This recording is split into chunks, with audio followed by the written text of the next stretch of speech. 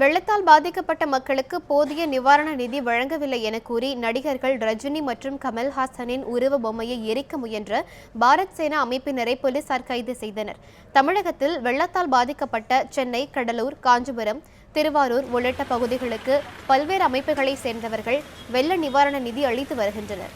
இந்நிலையில் தமிழ் திரைப்பட நடிகர்கள் பாதிக்கப்பட்ட மக்களுக்கு போதுமான நிதி உதவி செய்யவில்லை என்று கூறி கோவை சங்கனூர் பகுதியில் பாரத் சேனா அமைப்பினர் என பாரத் சேனாவினர் ஆர்ப்பாட்டத்தில் ஈடுபட்டனர். பின்னர் நடிகர்கள் ரஜினி, கமல்ஹாசன் ஆகியோரின் உருவ பொம்மையை அவர்கள் எரிக்க முயன்றனர். இதனையடுத்து 20க்கும் மேற்பட்டோரை கைது செய்தனர்.